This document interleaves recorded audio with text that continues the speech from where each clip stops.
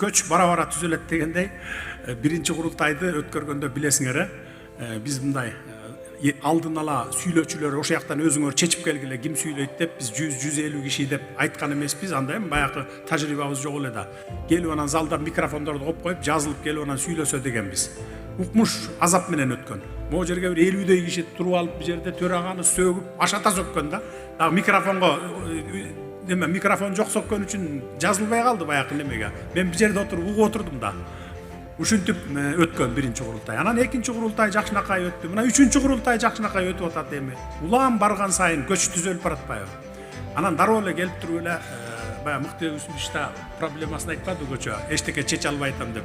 Баягы ал бытовой маселелерди айткан жок. Ушу мыйзамды айтып атат. Мыйзамды депутаттар колдобой атат. Жок, биз бул мыйзамды өткөзбөйбүз. Азыр ушундай эле курултай болуп турсун деп. Анан мен деле азырынча ушул 5-6 курултайды өткөнгө чейин кичине калыптандырып туруп, анан бара анан кийин силерге укуктарды, көпкө укуктарды бербейлиби? Анткени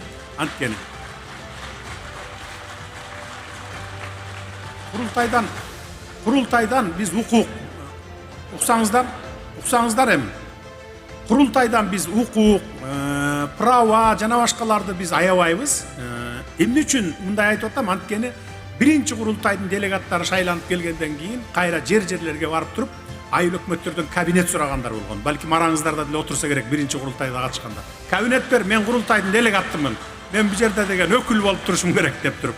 Анан бара машине сурайт, анан бара дагы башканы сурайт дегенде. Анан ошон үчүн мындай калыптаналы, курултайды калыптандыралы абдан жакшы кылып туруп, анан качан гана даяр болгон кезде аң сезим ошо курултайчылардын, делегаттардын ошондой болгон кезде анан кийин праваларды бербейлиби? 1 жыл эмес, балким 2 жыл, 3 жылга чейин өтүп кетебиз. Муну кийин эми мыйзамдарды өзгөртүү жолу менен кылсак болот да.